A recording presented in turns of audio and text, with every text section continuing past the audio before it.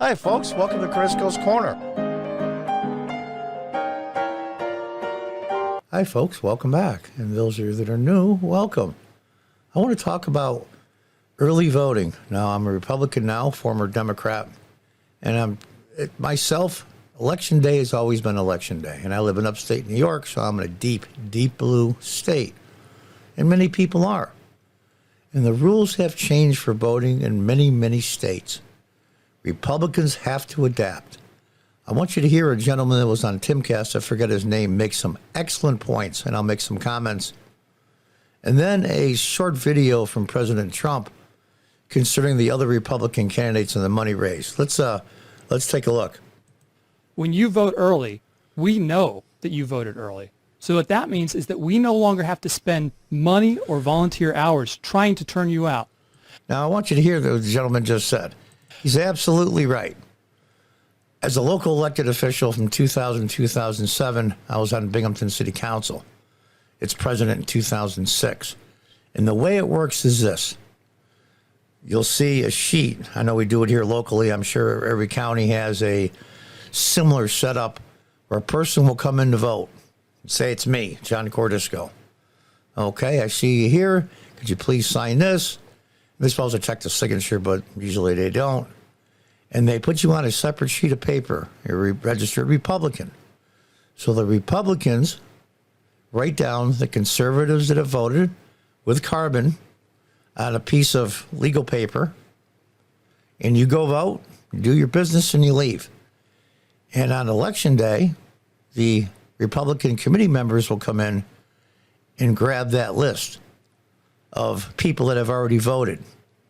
And you continue to do that, picking up lists and calling, and you scratch those people that have voted off your list. And then you call the other ones to remind them to vote. Now, that's tedious and it's extremely time consuming. And there's a very little time on election day. I think here locally it's 6 a.m. to 9 p.m. But even still, you're not going to call people until around 10, 11 o'clock, noon. Gives you a very short window. And it's difficult at best. And like he said, incredibly time consuming. But if you had voted early, we could scratch you off the list. Now, I don't know if people know this or not, but every board of elections, I'm sure in every state, I know they do here, you can get a person's voting history. Not who they voted for, but what years they voted.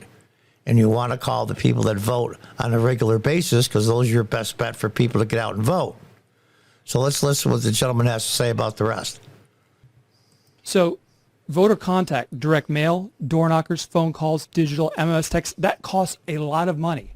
So what the left and the Democrats do is they get as many of their people to vote early as possible so they don't have to contact them anymore. And they can take their limited financial resources and focus them solely on the hard cases. A much narrower universe, more dollars spent per voter, right? That's absolutely right. He's right. Absolutely right. You concentrate on the people that are going to vote the best you can. If you're in business, say, as you're a bait and tackle shop, you'll want to know the people in your general region or vicinity in town that are interested in fishing. Of course.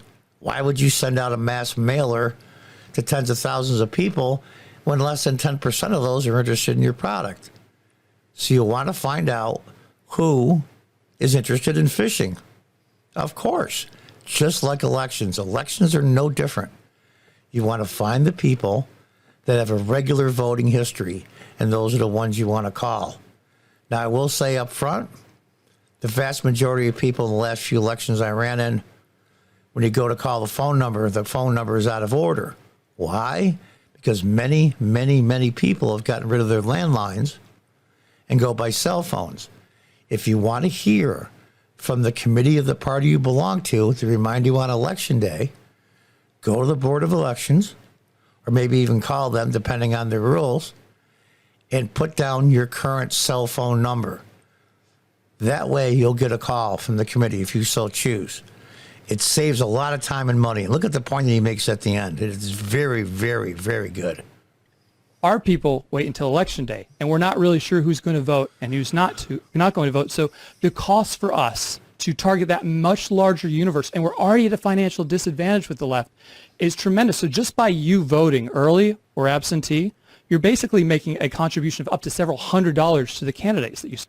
You'll make a several $100 contribution without sending any money at all, because the amount of people and just hourly wages that they get, a lot of them. A lot of people volunteer, many don't.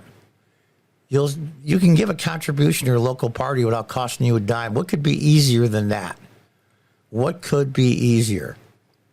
And like I said, on top of that, we'll give you an example. I can't go into detail because this is YouTube, but the problems they had in Maricopa County on election day with different size paper and I forget whatever the reason was.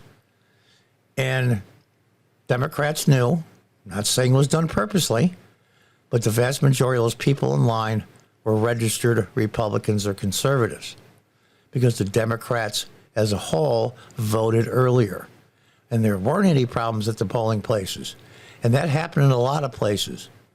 Maybe the system's overwhelmed on election day. I'm not going to go into details, like I said, because this is YouTube. If you vote early, your vote is more likely to be counted.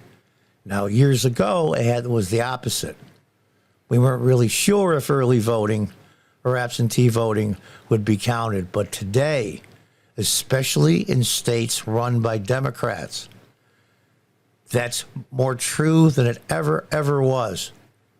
So if you want your vote to really count, if you want the party you belong to, people that are running to win or have a better chance at winning, and you need a big turnout in order to turn the tide in your area, say it's a close area, especially local elections. Here in upstate New York, a Congresswoman, Claudia Tenney, was my former Congresswoman now. They've changed the lines around upstate New York, so now she represents right around Buffalo along the lake area up north. That was extremely close. In fact, it wasn't until February, I believe, that they swore her in because they were finding absentee votes here and absentee votes there. Your best bet is to vote in person, but vote early. That way, the local party, in this case Republicans, can see that you voted. They can cross you off the call list. People knock on doors with a list. Here's Main Street. And you have numbers 1 through 100. And you go through and you'll see there's 25 that haven't voted yet. They'll send out volunteers to go knock on doors. Maybe see if you need a ride to the polls. Any reason. But if they have to knock on every door or every registered Republican, it takes 5 times as much time, and time is of the essence, especially on election day. So it behooves you to use the new changed rules, whether we like them or not, that the Democrats have done to make themselves advantageous, and use that against them.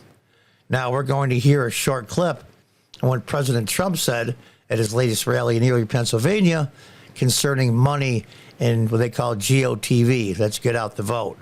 Let's listen. Waiting for me, I have to say, they're waiting for me to come up. I spoke last. For Ron DeSanctimonious and so many others that are wasting hundreds of millions of dollars that Republicans should be using to build a massive vote-gathering operation to take on crooked Joe Biden in November, because we cannot lose. We cannot allow our country to lose that election. If we do lose that election, I don't think we have a country anymore. I'll be honest. You see what's going on. He's absolutely correct. Absolutely correct. Ballot harvesting. It's a dirty word among Republicans and conservatives and many independents. But sadly, it is now the law of the land in many deep blue states. Well, you're thinking to yourself, well, John, if I'm in a deep blue state, what's the point of voting early if I vote for President Trump? My vote's not going to count because I'm in a deep blue state. Well, yes and no. It will count in many things, especially statewide or local elections, congressional elections. There was probably 15, 20 congressional races in 2022 that were extremely close that Democrats snuck through and just made it over the finish line. Can you imagine if they had that 15, 20 vote total added on to the Republican majority currently in the House? And a lot of that was done through ballot harvesting. and getting people out to vote early. Even myself personally, when I was on city council for 8 years, 2 4-year terms, I was a Democrat back then. Several years later, I ran as a Republican, lost pretty narrowly, only by 76 votes. But the second time I ran, about 4 years ago, I got my behind handed to me, because then the ballot harvesting and absentee voting, Democrats had that down to a science, especially in an area like the district that I ran in that's heavy college students from outside of town. You can't get in the apartment buildings. It was beautifully done, and they used the rules to their advantage. So it does have real world applications outside of the presidential election. Think of your mayors, your city councils, your school boards. School boards are so incredibly important now because they're local. You can come in and talk to your school board. The people that represent you are one-on-one now. Local government, you can have the biggest effect, especially by early voting. Let me give you some suggestions. Tell your local party, hey, you know, I'm going to be available if the early voting starts a week before the election. I'm going to be available Monday, Wednesday, and Friday from noon till 5 p.m. if anybody needs to ride to the polls. And believe me, they need those volunteers. Yeah, it costs you a few bucks in gas and a little bit of your time. But believe me, even for Congress, the congressional race here was so close in 2020. I believe it was less than 1,000 votes. I'm doing this from memory. In a congressional district, because they kept finding absentees. And oddly, 95% of them were Democrats. And the gap was closing, and it looked like Claudia Tenney wasn't going to make it. But she eventually did. And that's how important this little bit, it seems like trivial, but it's not. Like I mentioned before, I think the outcome would have been different in Maricopa County as far as the governor's race goes, and maybe even the Senate race, if Republicans and conservatives and some independents voted early. Get it out of the way, because our lives are busy. Many people's lives, between their jobs, their girlfriends, boyfriends, spouses, children, relatives, just life in general is busy. And something comes up and you can't make it on election day. Shame on you. Your vote won't count anymore. Vote early as you can. And they can see the turnout and they can see the numbers. And that way, your vote will always count, and you'll have much more influence on who wins that election, because your local Republican committee will have more time and resources to get out what they call GOTV, get out the vote, and help your candidates win, whether it be for school board all the way through the presidency. It's always been up to you, and it still is up to you. Until the next time, goodbye, God bless, and good luck.